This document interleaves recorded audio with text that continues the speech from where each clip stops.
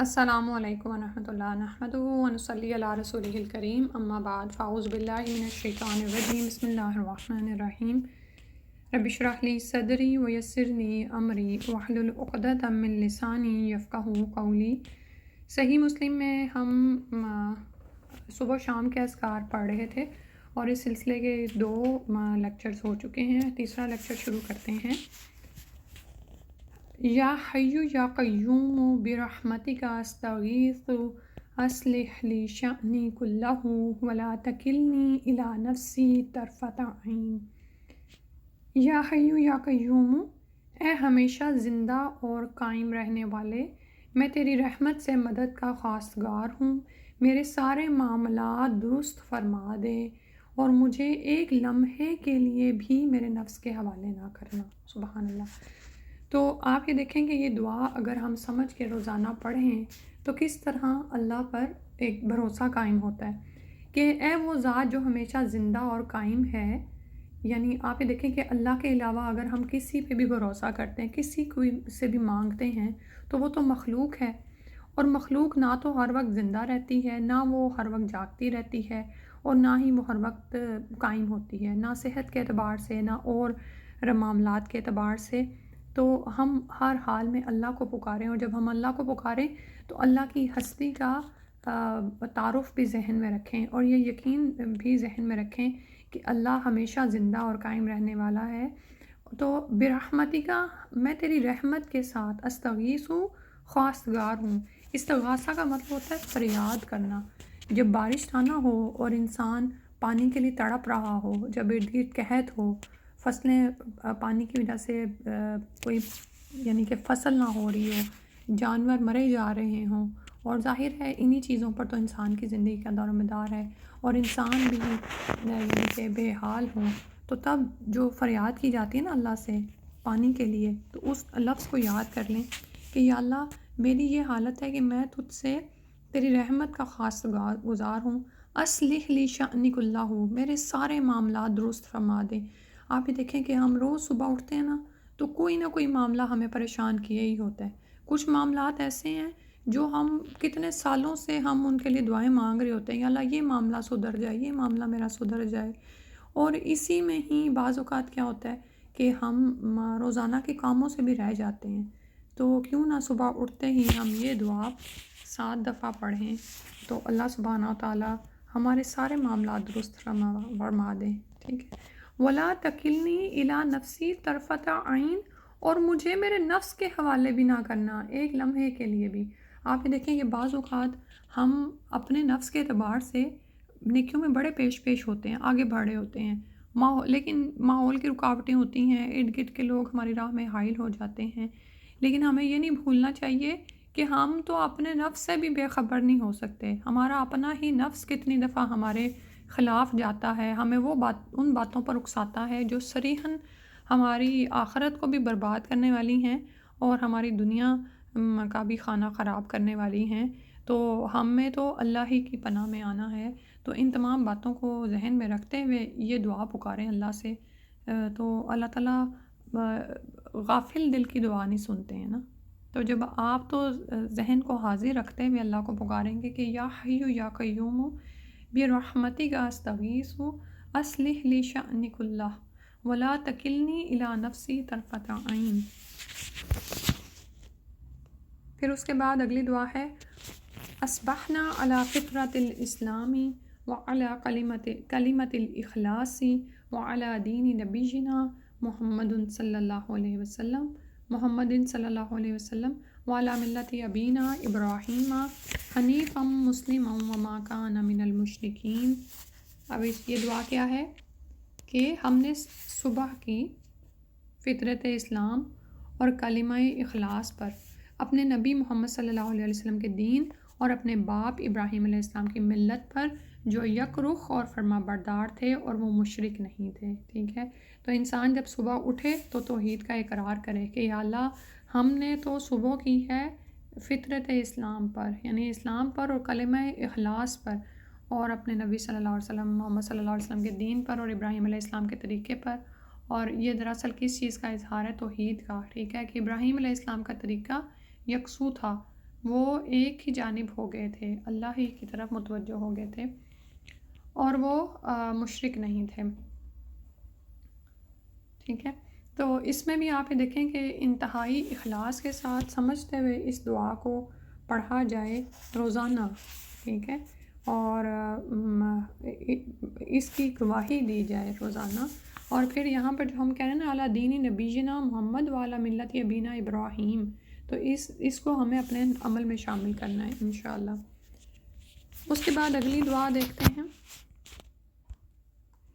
ایک اور دعا جو یہاں پر نہیں ہے وہ میں اس کو ابھی، اچھا اسی دعا میں ایک تو بات یہ بھی یاد رکھیں کہ اصبحنا علی فطرت الاسلام کی جگہ پر شام کے وقت امسینا علی فطرت الاسلام پڑھیں گے، ٹھیک ہے۔ اور اس کے لیے آ رہا ہے، جی اگلی دعا کے لیے آ رہا ہے کہ جو شخص یہ دعا صبح و شام 100 مرتبہ پڑھے گا، قیامت کے دن کوئی دوسرا شخص اس کے عمل سے افضل عمل لے کر نہیں آئے گا، تاہم اگر کوئی انسان اس کے برابر یا اس سے زیادہ مرتبہ کہے تو اس کا اس سے بہتر ہونا ممکن ہے۔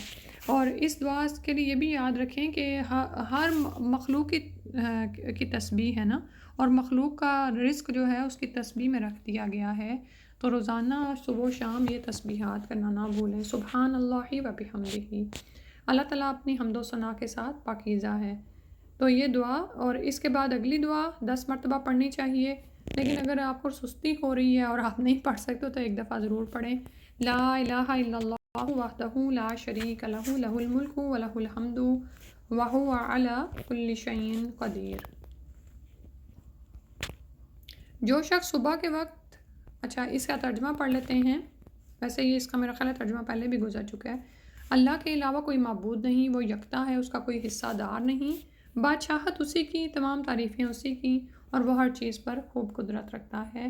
تو اس میں بھی وحدانیت کا انکار ہے، تو اور اقرار ہے۔ اور آپ یہ دیکھیں کہ جب آپ اللہ سبحانہ و تعالیٰ کی وحدانیت کا اقرار کرتے ہیں تو اس کا کیا مطلب ہے، اور جب آپ یہ کہتے ہیں کہ اس کا کوئی شریک نہیں، بادشاہت اسی کی ہے، اسی کی تعریفیں ہیں، اور وہ ہر چیز پر قدرت رکھتا ہے، اور اس کو دعا کہا جا رہا ہے، اور یہ وہ دعا ہے نا جو کہ حج کے موقع پر بھی مانگی جاتی ہے اور رات کو اٹھ کے بھی، تو اس میں ایسی کیا بات ہے جو دعا ہے، اور یہ انبیاء علیہم السلام کی دعا ہے۔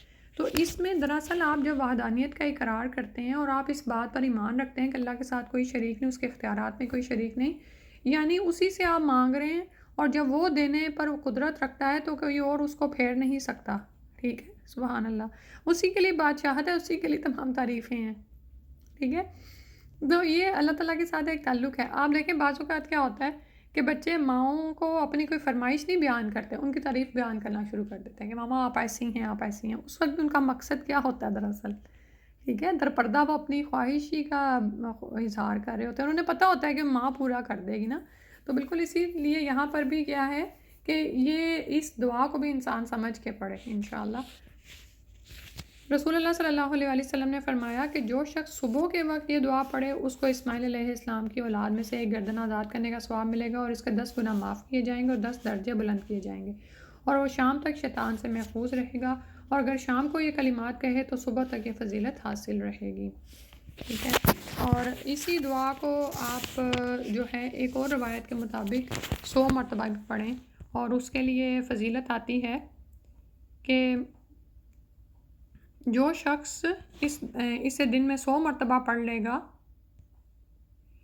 جی جو شخص اس دعا کو دن میں 100 مرتبہ پڑھ لے اس کے لیے 10 گردنوں کے آزاد کرنے کے برابر ثواب ہوگا، اور اس کے لیے 100 نیکی لکھی جائے گی، اور اس سے 100 برائی مٹائی جائے گی، اور اس دن شام تک شیطان سے اس کے لیے بچاؤ رہے گا، اور کوئی شخص اس سے بہتر عمل لے کر نہیں آئے گا، اگر کوئی اس سے زیادہ دفعہ کہے تو اس کا پھر بہتر ہونا ممکن ہے۔ اور اس کے بعد ایک اور دعا جو ہم انشاءاللہ سب کو آتی ہی ہوگی، وہ کیا ہے کہ جس وقت آپ نماز سے فارغ ہوں تو اسی جگہ پر بیٹھے بیٹھے یہ کلمات 3 دفعہ کہیں، اور یہ بڑے ہی، یہ 4 کلمات ہیں اور ان کو 3 دفعہ کہنا ہے، اور ان کی فضیلت مسلم ہے۔ پڑھتے ہیں کیا ہے، سبحان اللہ و بحمدہ عدد خلقہ و رضا نفسہ و زنۃ عرشہ و مداد کلماتہ۔ اللہ تعالیٰ اپنی حمد کے ساتھ پاک ہے، جتنی اس کی مخلوق کی تعداد ہے، اور جتنا وہ چاہتا ہے، جتنا اس کے عرش کا وزن ہے اور اس کے کلمات کی سیاہی ہے، اور اسی میں وہ روایت آتی ہے نا کہ رسول صلی اللہ علیہ وسلم کی ایک زوجہ محترمہ بیٹھی ہوئی تھی نماز کے بعد، اور آپ صلی اللہ علیہ وسلم نماز سے فارغ ہو کے گھر آ گئے، تو آپ نے فرمایا کہ جتنی دیر آپ بیٹھی رہی یہاں پر اتنی دیر میں نے 4 کلمات 3 دفعہ کہے ہیں جو کہ ان سب پر بھاری ہیں، ٹھیک ہے۔ تو یعنی بعض اوقات یہ ہوتا ہے کہ ہم بہت تیزی میں ہوتے ہیں، تو پھر بھی کیا کریں کہ یہ دعا ضرور پڑھ کے اٹھیں۔ فجر کی نماز کے بعد آپ جب نماز کے بعد کے اذکار کر لیں تو یہ دعا ضرور پڑھیں، 4 کلمات ہیں 3 دفعہ دہرانے ہیں انشاءاللہ۔ اور آپ یہ دیکھیں کہ تھوڑے سے الفاظ میں کس طرح سے ہم اللہ تعالیٰ کی اتنی زیادہ حمد و ثنا کر سکتے ہیں نا، کہ اللہ تعالیٰ اپنی حمد کے ساتھ پاک ہے، جتنی اس کی مخلوق کی تعداد ہے، یعنی ہم تو مخلوق کو گن ہی نہیں سکتے، شمار ہی نہیں کر سکتے، ہم تو انہیں تصور میں بھی نہیں لا سکتے۔ یعنی آپ یہ دیکھیں کہ جو زمین پر مخلوق پائی جاتی ہے ہم اس کا بھی نہیں اندازہ کر سکتے، اور ابھی تو جو سمندروں کی تہوں میں پوشیدہ ہے، اندھیروں میں زندہ ہے، ہم اس مخلوق کو بھی نہیں جانتے۔ تو ہم کیا کہتے ہیں کہ اللہ تو اپنی حمد کے ساتھ پاک ہے، جتنی تیری مخلوق کی تعداد ہے، اور جتنا وہ چاہتا ہے اس کے نفس کی رضا کے مطابق، اور جتنا اس کے عرش کا وزن ہے، اس کے عرش کے وزن کے برابر، اور اس کے کلمات کی سیاہی کے برابر۔ اور وہ کلمات تو ایسے ہیں نا کہ جیسے سورہ الکہف میں ہم پڑھتے ہیں کہ اگر سارے سمندر روشنائی بن جائیں اور سارے درخت کلمے بن جائیں تو پھر بھی اللہ تعالیٰ کے کلمات ختم نہ ہوں، ٹھیک ہے۔ تو یہ ضرور اس کو بھی پڑھا کریں۔ اس کے بعد یہ جو اگلی دعا ہے نا وہ ساتھ ہی دی ہوئی ہے، اس کے بارے میں بھی یہ آتا ہے کہ اپنے نماز کے بعد ذکر اذکار ہی کی حالت میں وہیں پہ بیٹھے رہیں اور یہ دعا بھی ضرور پڑھیں، صبح کے وقت یہ دعا پڑھیں، تو تاکہ آپ کے سارے دن کا عمل جو سا نا وہ اس پر یعنی کہ محیط ہو جائے۔ اللہم انی اسألک علما نافعا ورزقا طیبا وعملا متقبلا، اے پروردگار میں تجھ سے فائدہ پہنچانے والے علم، پاکیزہ رزق اور قبول کیے جانے والے عمل کا سوالی ہوں، ٹھیک ہے۔ یعنی دن کا آغاز ہم اس بات سے کریں کہ یا اللہ ہمیں علم نافع عطا فرمائیں، طیب رزق عطا فرمائیں، اور ایسا عمل ہم کریں جو قبول ہو جائے، آمین۔ اس کے بعد ہے یہ دعا دن میں 100 مرتبہ پڑھنی چاہیے، استغفر اللہ و اتوب الیہ، ٹھیک ہے۔ استغفار انسان کو صبح و شام کرنا چاہیے، اس میں بھی انسان کا رزق لکھا ہوا ہے۔ آپ یہ دیکھیں کہ آپ کی جو بھی خواہش ہے نا وہ خواہش آپ کے دل میں ہو اور زبان پر استغفار ہو، آپ کی ساری خواہشیں پوری ہوں گی۔ یعنی کہ استغفار تو ایک ایسی چیز ہے جو زمین و آسمان سے رزق کے دہانے کھول دیتا ہے، ٹھیک ہے۔ تو قوم نوح کو بھی یہی کہا گیا تھا نا کہ استغفار کرو۔ تو اور یہ اس کا مطلب کیا ہے، میں اللہ تعالیٰ سے مغفرت طلب کرتا ہوں اور اسی سے معافی مانگتا ہوں، ٹھیک ہے۔ اور اس میں یہ بھی یاد رکھیں کہ استغفر اللہ ربی من کل ذنب واتوب الیہ، کچھ اور الفاظ بھی استعمال کیے جا سکتے ہیں، ربی اغفر وتوب الیہ انک انت التواب الرحیم۔ نبی صلی اللہ علیہ وسلم ان الفاظ کے ساتھ بھی استغفار کیا کرتے تھے۔ پھر اگلی دعا ہے، اس کی فضیلت ہے کہ جو شخص مغرب کے وقت 3 مرتبہ یہ دعا پڑھے گا اسے اس رات زہریلے جانور کا ڈسنا نقصان نہیں پہنچائے گا۔ اعوذ بکلمات اللہ التامات من شر ما خلق، میں اللہ تعالیٰ کے کامل کلمات کے ذریعے اس کی مخلوق کے شر سے پناہ طلب کرتا ہوں۔ سبحان اللہ، ابھی ہم نے اللہ تعالیٰ کے کلمات کی بات کی، ان کلمات کے ذریعے سے ہم اللہ کی پناہ میں آتے ہیں اس کی مخلوق کے شر سے۔ آپ یہ دیکھیں کہ ہر مخلوق کے ساتھ شر لگا ہوا ہے نا، جیسے سورۃ الفلق میں ہم پڑھتے ہیں قل اعوذ برب الفلق من شر ما خلق، تو یہ جو تینوں صورتیں صبح و شام پڑھی جاتی ہیں، ہر نماز کے بعد پڑھی جاتی ہیں، صبح و شام کے اذکار میں شامل ہیں، رات سونے سے پہلے کے اذکار میں شامل ہیں، اور رات سو کے اٹھنے کے اذکار میں بھی شامل ہیں، تہجد کے وقت بھی۔